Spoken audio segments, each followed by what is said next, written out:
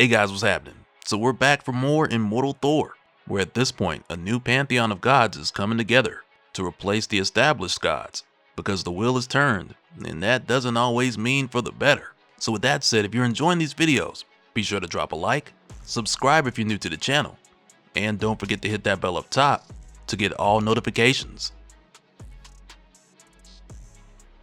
Alright, so coming back, we start out with what feels like a reminder for the most recent Age of Gods, being the superhero, as we're shown Jim Hammond, the original Human Torch, who's Marvel's first superhero. As we're told, would you know more? Then sit with me around the secret fire to hear the magic words. Once upon a time, there were 10 great realms, in a vast tree that was everything, and the realm of iron was called Midgard, a land of mortals and mayflies, where meaning was hard found, easily ignored, and more precious than a diamond, but a land that had known gods, some ancient as the rock itself, some born to newer ages, newer cycles.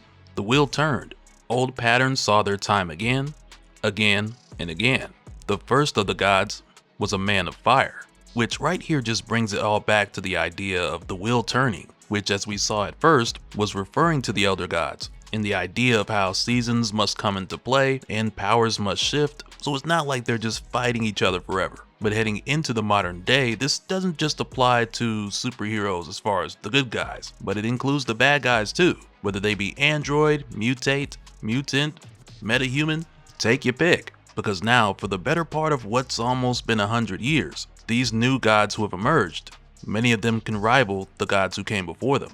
And following this, we head over to the airport, with the driver picking up Dr. Chenl, the Radioactive Man, and we'll talk about more of the reason why he was flown here, as well as who requested to bring him in just a little bit. And of course, when he arrives, everyone is just staring at him because the man's glowing green. And for a moment, even his driver's asking him like, dude, is it safe to take you anywhere? So Dr. Liu just tells him not to worry about the glow, because it just means he's modulating his emissions into harmless light. So next the driver asks him, what if he stops glowing? And Dr. Liu tells him if he stops glowing, that means you're already dead. And after this, as they leave, the doctor tells him that he has some questions of his own, because the driver's employer told him that he was joining a team of 4, and he'd like to know who the other 3 are, which right there just teases the forming of a new pantheon, so to speak.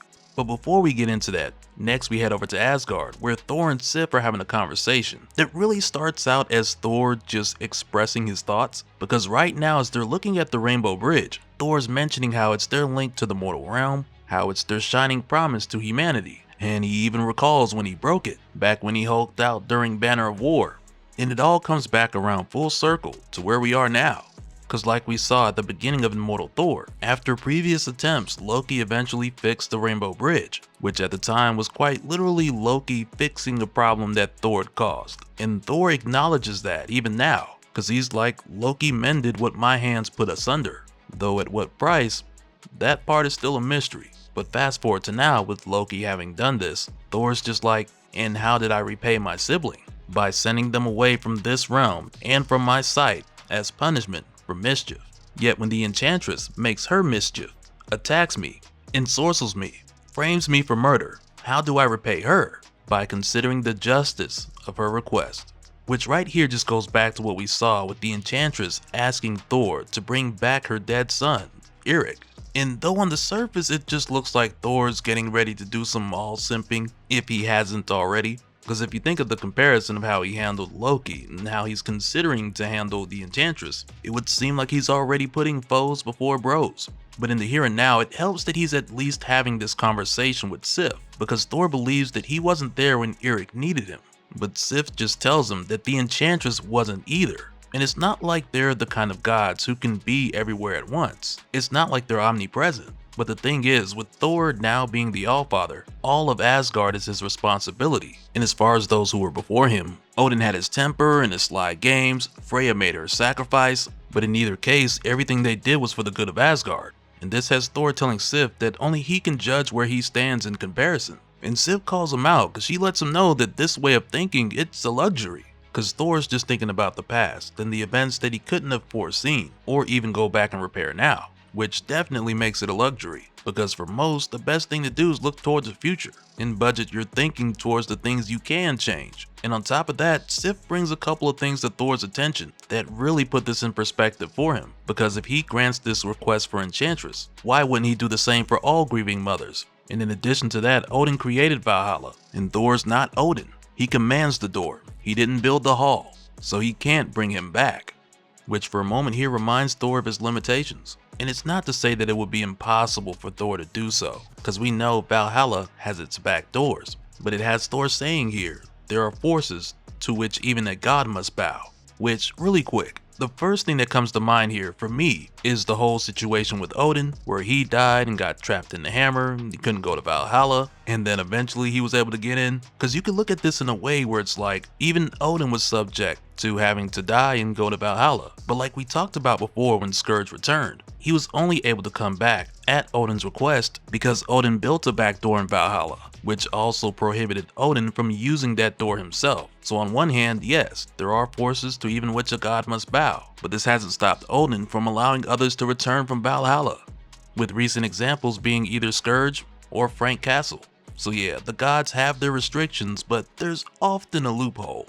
But going back to the conversation on Amora, the Enchantress, it's here where Sif lets Thor know that him and Amora have a lot in common. They both hide things under the surface, but in the case of Amora, she is as much of a player of games as Loki. So Thor takes heed to this and he gets ready to make his way to Midgard. But as he does, there's a moment here where Sif is like, okay, I see you with your new belt, which is the golden belt that Thor recently made after harnessing Zeus's power, that he soon after named Yolgjord, the belt of endurance. So it's here where he gets ready to go back to Midgard, where we find out that his new belt will keep him from succumbing to Amora's spell that would essentially make Thor dumber when he's on Earth. So now that he has a solution to that, Thor's decided to head back to Midgard to start clearing his name amongst the mortals. When he takes off, Sif asks, what if the mortals won't let it be cleared? What then? But Thor doesn't respond, because he doesn't know what'll happen, unless it comes to that. But when Thor returns to Midgard, he sees the irony of people being terrified of him in the sight of the Rainbow Bridge, because like he said before, the sight of the Rainbow Bridge to humanity,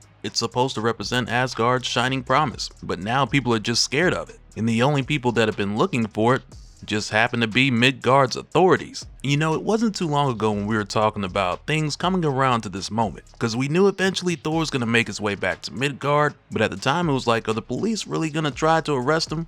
Well, here we are. Because as soon as Thor arrives, he's stopped by two cops who have their guns drawn. And mind you, Thor's not even resisting, so he tells them to go ahead and put the guns away because they're just gonna bounce off of his skin. And when they tell him to put his hammer down, he's like, why? You can't pick it up. And Thor, he really tries to de-escalate this because he tells them he'll go down to the station and he'll explain everything. But in the middle of this talk, they're met by the arrival of the Radioactive Man, who just shows up telling Thor that it sounds like he's resisting arrest. So at first he tells Thor that he's here on some Thunderbolts business, since they're the ones who handle the rogue heroes, and the officers, they're not even sure what's going on with the Thunderbolts right now. So Radioactive Man, he shows one of the officers his Thunderbolts ID card, which has been out of date for years now, which right there is a clear sign that he didn't come back for anything associated with the Thunderbolts. Cause mind you, for Lou, that was back when Wilson Fisk was mayor, when he had Baron Zemo put a team together to go after the Punisher. So yeah, I'm kinda surprised flashing that ID didn't get him arrested on the spot. But nonetheless, this has the officer suspicious. So the cop tells Radioactive Man to power down. So right there, Radioactive Man is like, that's quite alright officers, just give me a moment and I'll be more than happy to stop glowing. So immediately Thor rushes over and he sends Radioactive Man flying, because he already knows how his powers work, because if he stops glowing, a lot of people are gonna die. And Thor's no stranger to the guy, because Radioactive Man first appeared in Journey into Mystery, which at the time was the Thor comic before the Thor comic. And after sending this dude flying, Thor tosses Mjolnir with him, so it could direct him to a place where they could fight that didn't have civilians around, just in case. But while this is happening, we see that Thor is being watched by some shadowy figures who we'll see in just a moment. And these guys that are watching, they're telling Dario Agger that Radioactive Man is mobile and he's heading south. And they've more or less got it figured out that this fight is heading to Brooklyn, in an area where there's abandoned buildings, which is precisely what they expected to happen. So these guys are getting ready to head there because they know where the Radioactive Man is going, Thor is about to follow. But as Thor's making his way out there, by way of the storm winds, since he doesn't have his hammer to pull him off, He's well aware of the Radioactive Man doing this to make him look like the bad guy, which isn't too hard given the current situation. So with them being suspicious of this being a setup, this then causes Thor to wonder if Radioactive Man is actually working alone. Because sure, Thor may have changed this to a battleground of his choosing, but in the case of the Radioactive Man, his energy signature, it isn't too hard for someone else to find. So when Thor shows up here, first he gives Dr. Lu the opportunity to just stand down. And of course, Dr. Lu doesn't, and instead he blasts Thor in the face. But he doesn't do this in order to get the fight going, but instead he did this to temporarily blind Thor, just to buy him a little more time, and also make sure that his energy signature was easier to locate, because not long after he does this, a translocation beam shoots down, which for a moment here is described as Midgard's version of the Rainbow Bridge, which right there just brings it all back to what we were told earlier about the new gods. But right out of this beam comes Mr. Hyde and the Cobra, who as it turns out are two more members of this team, of 4 that Radioactive Man was referring to earlier on. And when these guys show up, even though they catch Thor off guard, they're still enemies Thor's faced before, so he's not a stranger to their moves or to their tricks. But it's the way that this attack goes down. You can tell that it was definitely orchestrated, because just like before, where the Radioactive Man hit Thor in the eyes just to daze him for a little bit, the Cobra does the same thing here with his Cobra gas. And of course, Thor knows that he could just call for the wind and get the Cobra gas out of here, but he doesn't even get a chance, because when a hand reaches out and touches his shoulder, Thor immediately starts to turn to stone, because this hand belongs to the 4th member of this group, and it's Grey Gargoyle.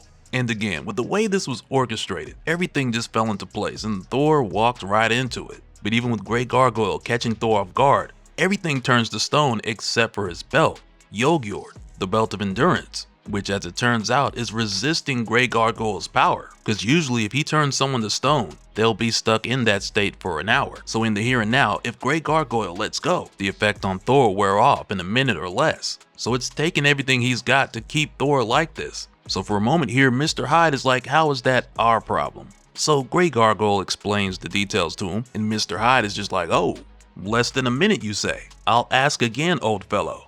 How is that our problem? And he just punches Thor into pieces, which I don't think was part of the plan. But nonetheless, now I'm eager to see how Thor gets out of this one. And so now real quick, I want to give a special shout out to all the patrons.